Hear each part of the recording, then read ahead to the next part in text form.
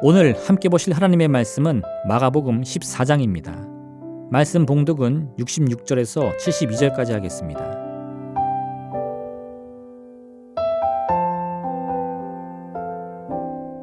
베드로는 아랫뜰에 있더니 대제사장의 여종 하나가 와서 베드로가 불 쬐고 있는 것을 보고 주목하여 이르되 너도 나사렛 예수와 함께 있었도다 하거늘 베드로가 부인하여 이르되 나는 내가 말하는 것이 무엇인지 알지도 못하고 깨닫지도 못하겠노라 하며 앞뜰로 나갈새 여종이 그를 보고 곁에 서 있는 자들에게 다시 이르되 이 사람은 그 도당이라 하되 또 부인하더라. 조금 후에 곁에 서 있는 사람들이 다시 베드로에게 말하되 너도 갈릴리 사람이니 참으로 그 도당이니라. 그러나 베드로가 저주하며 맹세하되 나는 너희가 말하는 이 사람을 알지 못하노라 하니 닭이 곧 2번 울더라. 이에 베드로가 예수께서 자기에게 하신 말씀 곧 닭이 2번 울기 전에 내가 3번 나를 부인하리라 하심이 기억되어 그 일을 생각하고 울었더라. 아멘.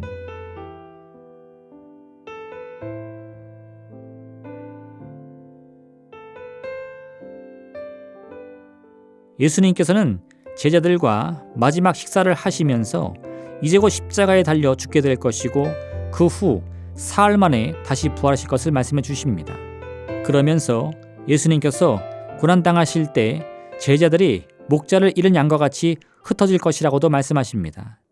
그러자 베드로는 다른 제자들은 다 주님을 버리고 떠날지라도 자신만큼은 끝까지 주님을 따르겠다 말합니다. 예수님께서는 그런 베드로를 향하여 오늘 새벽닭이 2번 울기 전에 예수님을 3번이나 모른다고 부인할 것이라 말씀해 주십니다. 이때만 해도 베드로는 예수님의 말씀을 이해할 수 없었습니다. 자신이 무엇 때문에 예수님을 부인한단 말인가 하고 말입니다. 베드로는 자신이 고백한 그대로 죽기까지 예수님을 따를 준비가 되어 있었습니다. 적어도 예수님과 함께 식사를 하는 동안에 베드로의 마음과 생각 속에는 이런 결단과 각오로 가득했습니다. 얼마 후에 가룟 유다가 배신하여 대제사장들과 서기관들과 장로들이 검과 몽치를 들고 와서는 예수님을 잡으려고 합니다.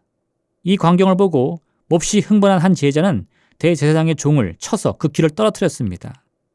하지만 예수님께서는 오히려 그런 제자들을 말리시고 대제사장들의 결박을 순순히 받아들이셨습니다. 그러자 제자들은 예수님께서 말씀하신 그대로 마치 목자를 잃은 양처럼 급히 제 갈 길로 도망을 쳤습니다.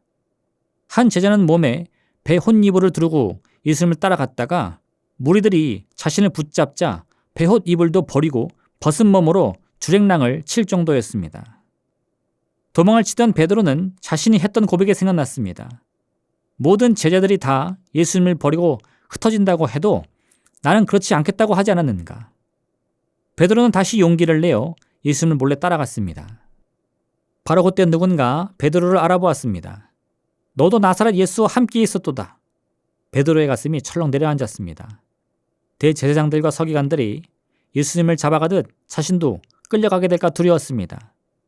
베드로는 저주의 맹세까지 하며 자신은 결코 나사렛 예수를 알지 못한다고 말합니다. 그렇게 3번째 온 힘을 다해 예수님을 모른다고 부인하자 순간 어디선가 닭의 울음소리가 들렸습니다. 베드로는 새벽닭이 2번 울기 전에 네가 나를 3번 부인할 것이다 라고 말씀하신 예수님의 말씀이 떠올랐습니다. 우리는 이 장면을 보면서 베드로의 나약함을 탓할지 모르겠습니다. 그러나 우리의 삶을 자세히 들여다보면 우리 자신도 이러한 베드로의 갈등을 매 순간 맞이하고 있음을 알 수 있습니다. 베드로가 사람들로부터 예수님과 함께 있다는 의심을 받은 이유가 무엇입니까? 자신의 얼굴을 가린 채 잡혀가시던 예수님의 뒤를 따랐기 때문입니다. 당시 다른 제자들은 예수님께서 잡히시는 순간 곧바로 뒤도 돌아보지 않고 도망을 쳤습니다. 그렇기 때문에 그들은 애초에 다른 사람들로부터 예수님과 함께했던 자가 아니냐 의심을 받을 기회조차 없었던 것뿐입니다. 베드로는 위험을 무릅쓰고 예수님의 뒤를 따르다가 그의 얼굴을 기억하던 이들로부터 의심을 받게 된 것입니다. 즉 베드로는 예수님을 지키고 싶다는 마음과 또한 자신이 해를 입을지도 모른다는 두려움을 함께 느끼고 있었던 것입니다. 우리도 아무리 믿음을 가진 순간이라도 또 그 반대로 의심과 걱정만이 가득하게 느껴지는 그 순간에라도 말 그대로 순도 100%의 믿음이나 혹은 의심으로 꽉 차 있지 않습니다. 믿음과 의심은 항상 함께 존재합니다. 이때 믿음이 의심보다 조금이라도 더 커지게 되면 의심은 다 사라지고 마치 내 믿음이 천하 만물을 다 얻을 수 있을 것 같은 자신감으로 가득 차게 되는 것입니다.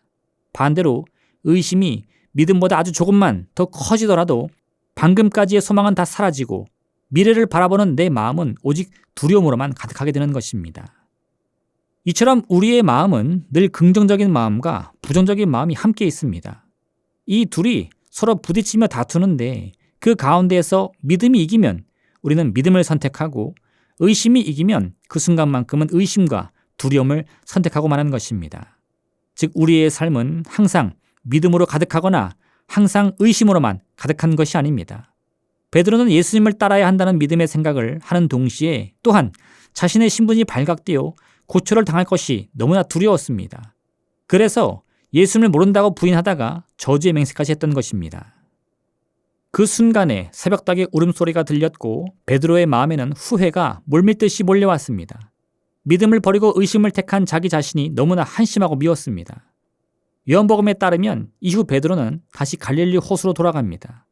자신의 선택을 후회하던 베드로는 예수님의 제자로서의 삶을 다 포기하고 다시금 고기 잡는 업으로 살아가기로 작정을 한 것입니다. 이는 예수님을 부인했다는 죄책감으로 인하여 다시는 주님의 일을 할 자격이 없다는 생각에서 비롯된 것이었습니다. 그러나 예수님께서는 그런 베드로를 다시 찾아가 주십니다. 요한의 아들 시몬아, 내가 이 사람들보다 나를 더 사랑하느냐? 물으신 주님께서는 다시금 베드로를 제자로 부르시며 내 어린 양을 먹이라 말씀하신 것입니다. 우리가 설령 의심과 두려움에 지배당하여 예수님을 부인하거나 하나님의 뜻을 어기는 죄를 범한다 할지라도 결국 우리가 돌아가야 할 곳은 바로 아버지의 품인 것입니다.